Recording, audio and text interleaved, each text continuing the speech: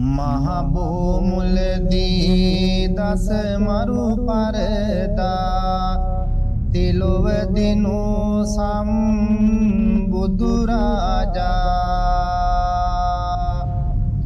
මිගදා එවනේ දෙසුදහන් පද සුවාසුදහසක්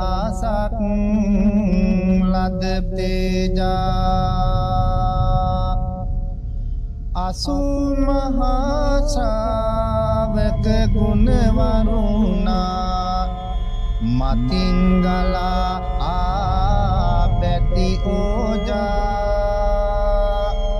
වැඳ අවසරගෙන කවි බණ පවසමි නිරාමිස වූ ගුණ තෙත